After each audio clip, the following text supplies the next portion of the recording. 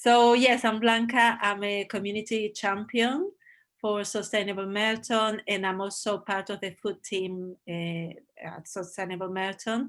And I'm here today to talk about the impact of the pandemic on the food system.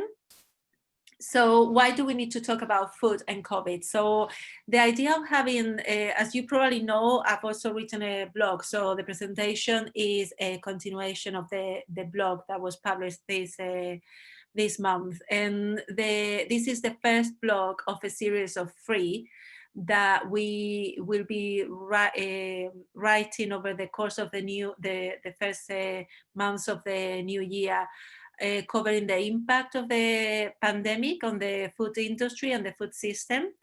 And this is an idea that came up in one of our meetings with Rachel, where the food team, which is myself, Emma, and Sebastian, we thought that obviously all our lives have been affected by the pandemic, but probably food is one of the areas that have been affected the most in one way or another. So we thought that this is something that most people would be interested in discussing. So in a nutshell, the pandemic has highlighted some of the existing challenges faced by our food system, and in particular those to do with food security and food poverty. In a more positive way, it's also accelerated some of the changes already in motion to achieve the United Nations Sustainable Development Goals, particularly those to do with food waste and also end of hunger in the whole world. So that's something positive in a way, about the pandemic. Some of the challenges that we have experienced have been addressed on the go, thanks to mainly community action, and that's something that we're going to explore later in the presentation. But going forward, we're going to need careful consideration and effective policies if we want those solutions that have come up in a sort of organic way to stay with us in the long term. So with that in mind, we're going to go straight into what our food supply chain looks like at the moment. As you can see, it's a complex chain. There are a lot of different actors involved. We normally start with at the beginning with the farmers and food manufacturers. Then that moves into what we call processors, and that mainly handling, storage, and packaging the food. Then we move into wholesalers, and the wholesalers they provide retailers, but also businesses like restaurants, pubs, and cafes. And from there we go into the consumers, which are obviously at the end of the chain. So it's a complex chain. And it's actually very consolidated. I mean, not many people know this, but 10 companies in the whole world control everything we buy. They are big names. We probably have heard them in one way or another: Nestlé, Coca-Cola, PepsiCo, Unilever. Equally, 10 supermarkets in the UK have almost 90% of grocery market share. And again, there are big names that we are all familiar with: Tesco, Sainsbury's, Asda's, Morrison's. So it's quite concentrated, and that is one of the reasons why the supply chain tend to be really inflexible. And if we see the picture on the slide on the right hand side, I think that resumes really well the inflexibility of the food supply chain, and how slow has been to react to unforeseen shocks, like stockpiling, one of the phenomena at the beginning of the pandemic, before the lockdown, when everyone started panicking and buying a lot of certain items. And the retailers, the supermarkets, just couldn't get back those items off the shelves. So this image became quite common. At the same time, due to the pandemic, we have seen how there were problems with the workforce number, and again, we couldn't really react to that. The food manufacturers and the farming industry couldn't get the people they needed to be able to pick up the products, and that again created another big issue. And there was the final of these sort of examples of how inflexible the supply chain is to do with a wholesaler. So obviously during the lockdown, we could see how all the restaurants, pubs and cafes were obliged to close their doors, and wholesalers had a very hard time to actually find a way out for all that product that wasn't consumed anymore by the businesses. Eventually, they managed to go straight to consumers through their websites, and we remember cases like Bio Food, that started for the very first time, basically selling as a retailer. But again, that took a while, and that meant that also a lot of the product they had to go into waste because there was no way for it to be consumed. So with that in mind, the pandemic, the lockdown, and the months after the lockdown became a very good sort of tester ground for alternative ways to do things, and in particular to access food. We have seen, I've sort of put together something that looks like what the an alternative supply chain could look like, and obviously is a more there are fewer actors involved. It's a simpler supply chain, and we can see how pretty much from the product can be delivered to the consumers and restaurants, pubs and cafes almost directly, not quite, but like jumping a lot of those middle actors on the way. So the way to do this is to become more local, and by becoming more local, we also become more sustainable and low carbon. So one of the things that, again, we have experienced during the last few months is the grow your own movement that has flourished to an extent that never happened before.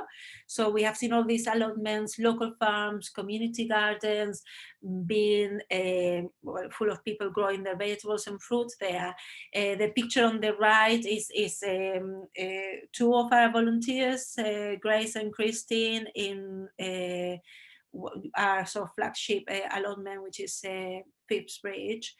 But it's just one of example of the many that we have seen across the UK, particularly in the urban areas. So by doing this, people have been more empowered. So that's again one of the characteristics of the alternative supply chain, that people are empowered to access their food. And at the same time, it's all helped urban population to reconnect with food production. 80% of people live in cities in the UK, and that means that they don't have any contact at all with urban areas and farming or growing of food. So it's a good way for them to reconnect with that area, important area of our lives. As I said, it's a more low carbon system, because obviously we get rid of all the transport, all the drawbacks involved with transport of food, and it becomes also a circular economy, because the idea is that everything gets consumed and nothing gets wasted. So if you grow, like for example, you grow your own vegetables and fruit, you can make sure that everything at the end gets composted, if that's the case, and it becomes circular. So you don't have also all the packaging, the plastic involved in all that area of the chain. So again, it's a much more low carbon alternative. It's important, and I say here, it's important to remember that the global food system generates about 25 to 30 of total greenhouse gas emissions in the world. So it's a big problem. And again, just to finish with this sort of alternative supply chain, we have the interaction with the consumers will be done at both digital and face-to-face level. We have the markets, traditional markets, but we also see like new ways to access food, like box schemes, applications, digital food marketplaces have also flourished in the last year. So it's certainly something that is offering an opportunity for this alternative supply chain. As I mentioned at the beginning, one of the keys of all this pandemic or the fight of the pandemic and the response of the pandemic, that be the community action. Unfortunately, we have found ourselves in facing a very grim economic reality with job losses, furloughs, cut off school food support. So between April and June this year, almost 100,000 households received support from the food bank in the UK for the very first time. Which is, a staggering amount of people. We could also see how Sustainable Merton opened the first community fridge in the borough last May. And since then, we have managed to redistribute over 6,000 kilograms of food, and equivalent to around 15,000 meals. Something that I don't think anyone could have imagined, at the beginning of 2020. Obviously, we also all very familiar with Dawn's Local Aid Group, one of the best examples of community action in the UK, a group of football supporters, AFC Wimbledon supporters, that started with a WhatsApp group, just exchanging messages, how can we help, what can we do? And at this point in time, they have about 1,500 volunteers working around the borough, and also they have managed to provide about 120,000 food boxes to people in need.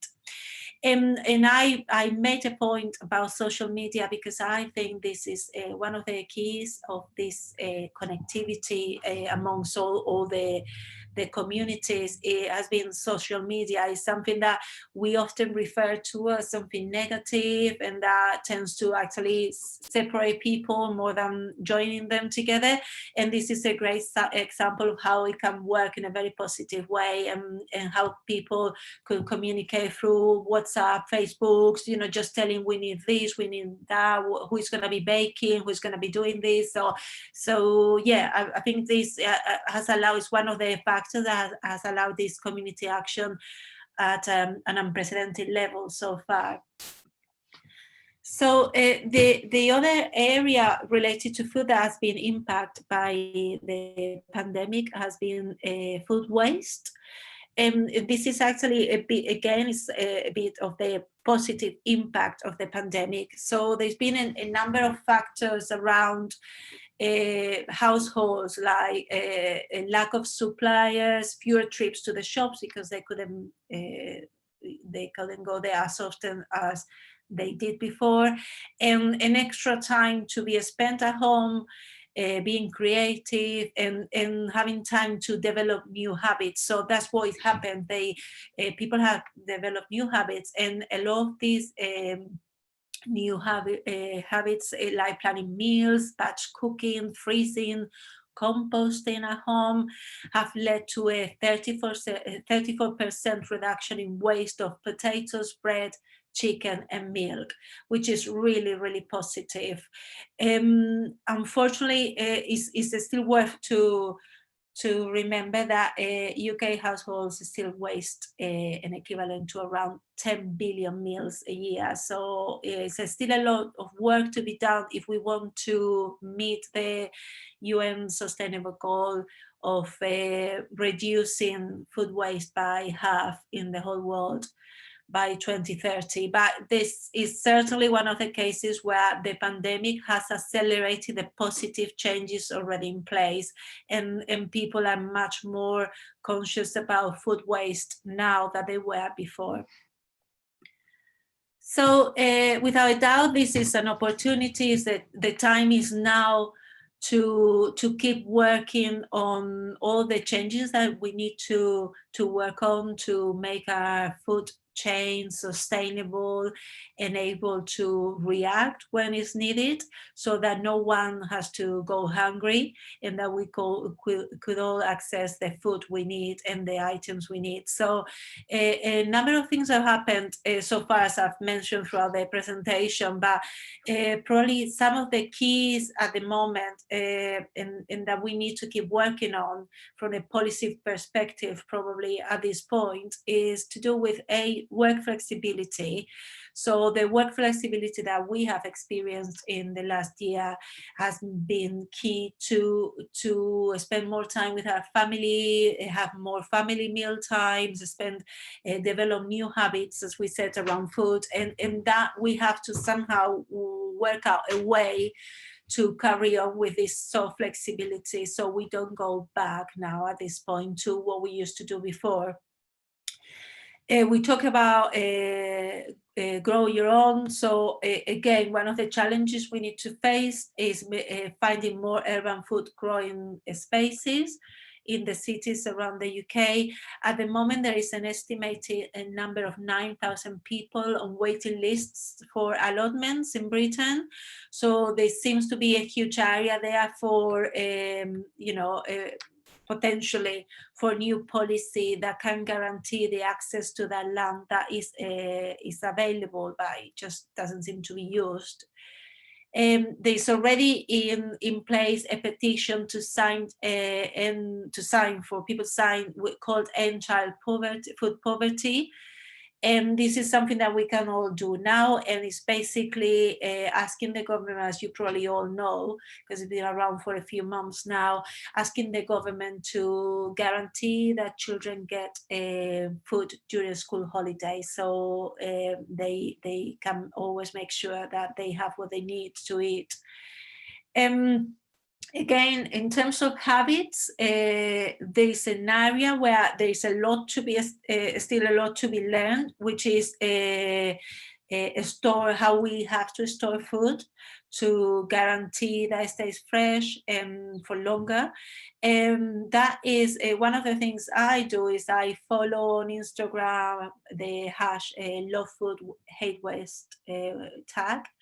And it's a great way to learn lots of helpful tips about what products need to be stored, how to guarantee that they stay, fresh for longer, as I said. But actually, it does make a huge difference. So we'll be surprised. I'm reading some of these messages. I'm surprised to see how we can actually double the lifespan of anything just by using the right container for it. So I would certainly advise everyone to have a look at this, to follow this tag.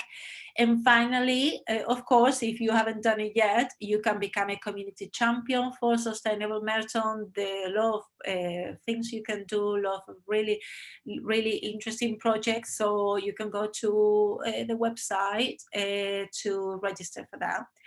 And that's it. Thank you. That's it. So I'm happy to open now the time for the debate and the Q&A.